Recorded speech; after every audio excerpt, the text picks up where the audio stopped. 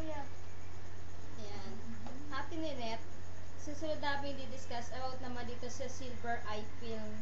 So, yung mga information nito, mapapanood nyo dito sa YouTube, www.youtube.com. Tapos, i-search nyo lang yung silver eye film. And then, mapapanood nyo na yung information with regards sa silver eye film. And then, ang website naman nito, www.silver-eye.com. Ngayon, papakita namin ni Cheryl ano yung actual demonstration nito para magawa nyo naman dyan sa Batanes. So, ang gagawin nyo lang, kailangan nyo lang mayroon kayong dalawang klase ng cellphone. So, yung isang cellphone, kailangan wala siyang silver eye film.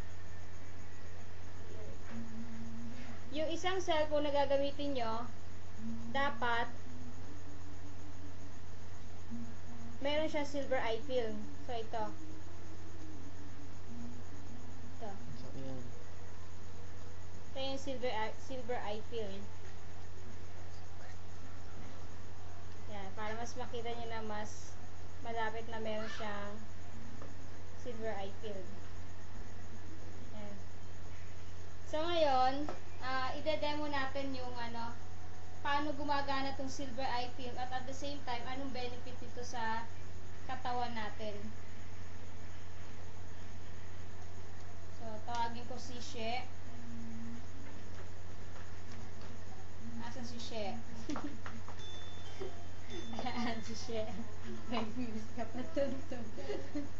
So, gawin natin ganito, no? So, yung demo ko si She, kinakailangan yung paa ni She naka 45 degrees. So, yan. Ganyan dapat. Naka 45 degrees ang paa. So, yan. 45 degrees. Tapos, ang kamay niya nakaganito sa likod. Sa part sa likod nakaganito siya.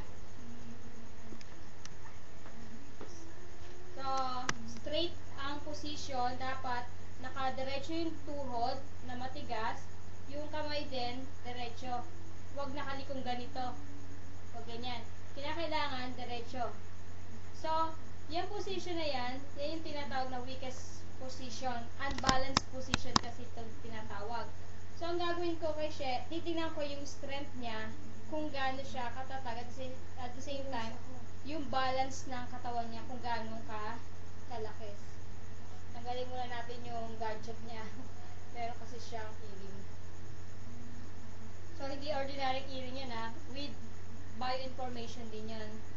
So, ang gagawin natin, pupush down ngayon.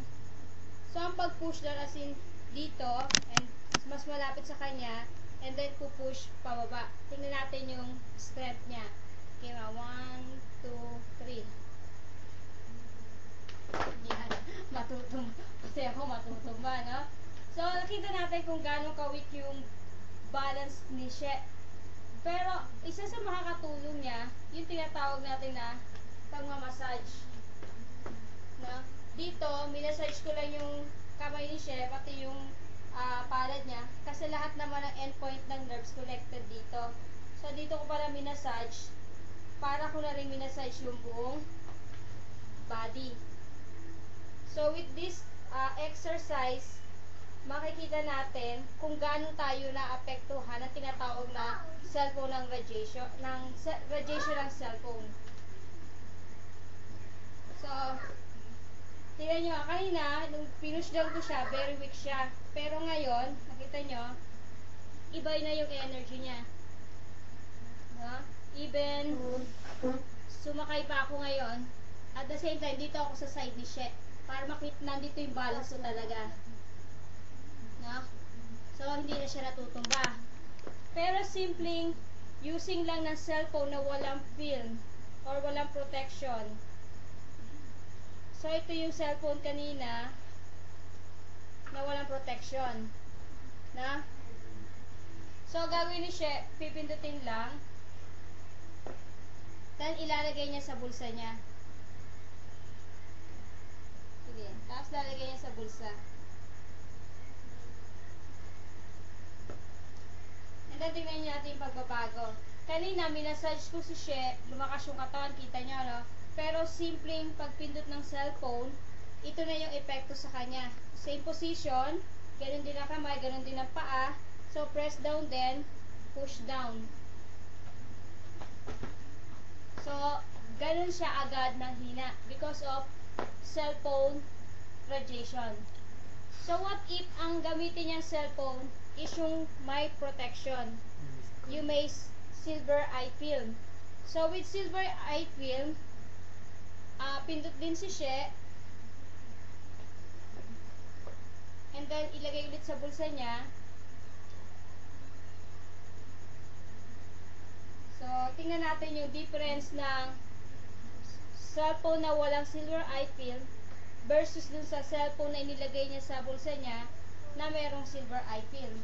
So, ito na. Same position, diretso ulit, and then push down. So, kita niyo, hindi ko na kaya push down. At the same time, kahit sumakay pa ako, kaya niya akong buhatin. So, yun yung kaibahan ng cellphone na may silver eye pin sa wala.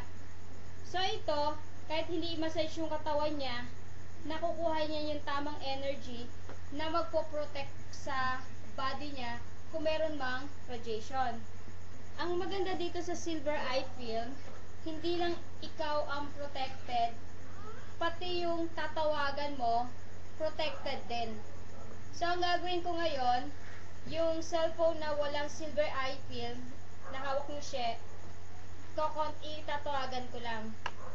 So, kasi, pag was tinatawagan, 0928, 297,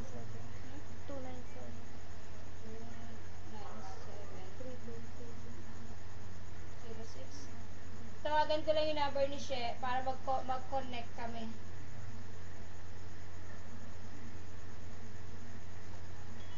Yan. So, yan, na-connect na, no?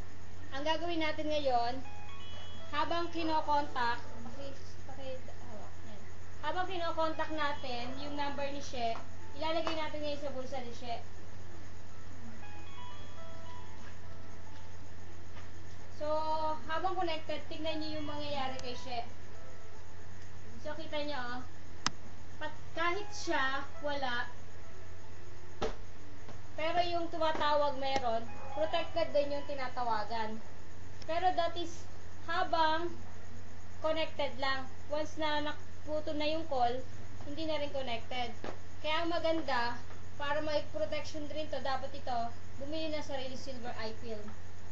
Na, baka kasi magkaroon ng comedy dyan. Tawagan mo ako kasi para magkaroon ng protection.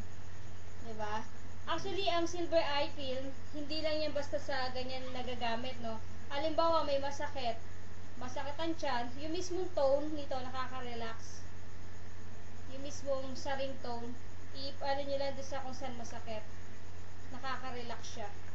So, yun lang yung simple demonstration for silver eye film. So, marami po kayong dito. Sooner, ilalabas to sa ABS-CBN, sa TFC channel. So, magiging worldwide business na po yung silver eye film.